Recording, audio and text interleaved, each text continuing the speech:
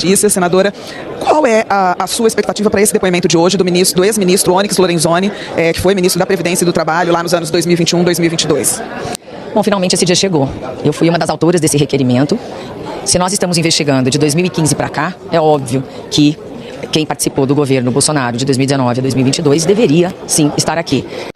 Na CPI do INSS aí, a Soraya passou vergonha, a pessoa passou vergonha aí, e o PT se arrependeu de ter levado o Onyx aí para fazer aí o seu comentário sobre o gasto, né, e o golpe aí nos aposentados. Então pega aí a dica aí, e não se esqueça de se inscrever no nosso canal, deixar aí o seu sininho de notificação para ajudar o nosso canal. E ela ficou no estreito, presta atenção aí, pessoal. Vem comigo, o Direito Sem Segredo. Terceira vez que está agendada a presença dele, mas eu creio que hoje, que eu saiba, ele já chegou, finalmente, porque eu estava realmente preocupada, porque por duas vezes nós tivemos o dissabor dele desmarcar. Mas enfim, chegou o dia, teremos uma oitiva de suma importância, há muito que ser explicado. Há muito o que ser perguntado. Eu espero que ele fale, eu espero que ele colabore, eu espero que ele nos ajude a esclarecer toda essa problemática e esse rombo, não só no bolso dos aposentados e dos pensionistas, mas nos cofres brasileiros. Porque, neste momento, os aposentados e pensionistas já estão sendo ressarcidos de forma antecipada. Por quê? Porque o processo desse demora muito tempo. Então, essas pessoas não podem amargar durante anos e anos no processo judicial. Senhor presidente, senhores deputados, senhoras deputadas, senhoras senadoras, senhores senadores. Eu vou pedir total atenção para os senhores. Aqui só tem número e aqui só tem fato nesse painel. Aqui não tem, eu acho isso, eu acho aquilo, ou a minha narrativa é essa, a minha narrativa é aquela. Não, aqui são fatos. Eu vou bem devagar aqui. 2016 e 2017, era esse o volume, 413 milhões em 2016, 460 milhões em 2017, aqui ainda era um pedaço do governo Dilma, depois um pedaço do governo Temer. Em 2018, então, 617 milhões de descontos associativos. Ok? Tudo bem. Houve uma variação de 49,4%. Esse dado é CGU, só para lembrar. Esse dado é CGU. Tudo bem. Governo presidente Jair Bolsonaro. 604 milhões, 510 milhões, 536 milhões, 706 milhões. Muito bem. Isso dá uma variação no período de 14%. Ou seja, é uma curva que se mantém estável. Agora vamos a um número muitíssimo interessante. Agora o governo atual tem uma variação nos 2 primeiros anos de 303%. Todos os senhores já conhecem esse número.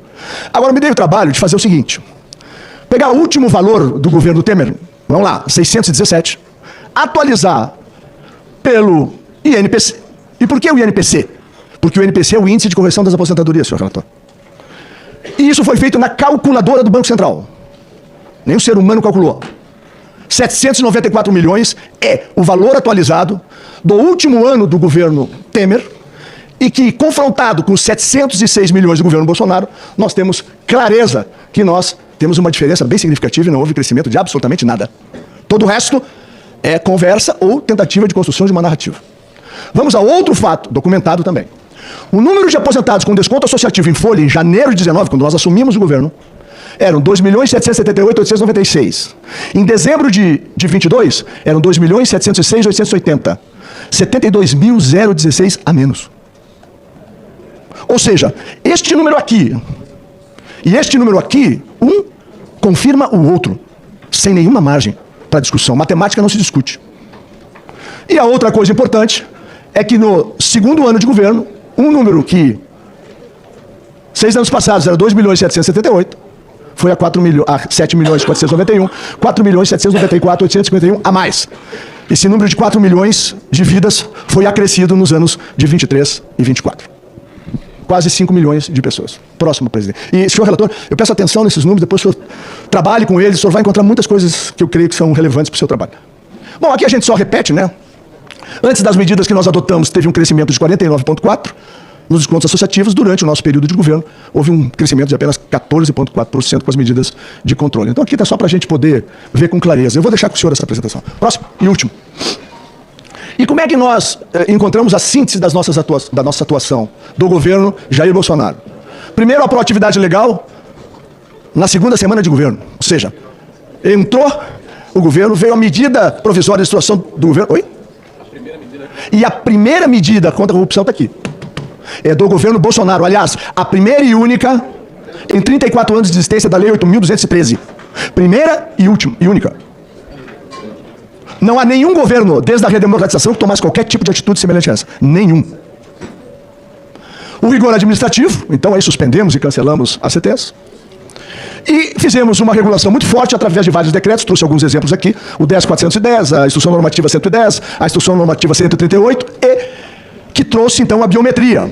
E aí, senhor relator, acho que é importante olhar com lupa a questão que envolvia descontos consignados e a máfia que se estabeleceu, porque uma das coisas que foi identificada pelo minerador de dados, o sistema Sniper, é que hackers conseguiam com muita facilidade acessar os computadores da DataPrev.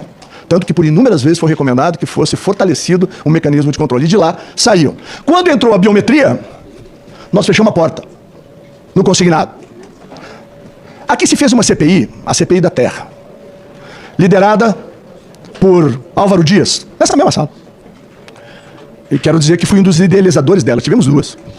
Na primeira, nós descobrimos que para que houvesse o financiamento do MST no Brasil, haviam 150 CPFs que se repetiam em cooperativas ligadas ao movimento ou em organizações não governamentais. E aí nós palhamos esses 150 CPFs e essas organizações com o tal do Abril Vermelho. Então, ano que em fevereiro havia grossa liberação de recursos para estas instituições, onde estas pessoas compunham em revezamento as suas diretorias, o Abril Vermelho era mais intenso. Tanto que logo depois da CPI da Terra caiu de maneira muito significativamente o número de invasões de terra no Brasil. Ou seja, CPI funciona, e eu tenho a confiança que o trabalho dos senhores e das senhoras, independente do posicionamento ideológico, porque aqui eu acho que não se trata de ideologia, nem de governos. Se trata de punir aqueles que agiram equivocadamente, aqueles que montaram estruturas para roubar os nossos aposentados e, principalmente, propor medidas que possam transformar e garantir que no futuro não se repita mais. Então, parabéns, presidente Carlos Viana, parabéns, deputado Alfredo Gaspar.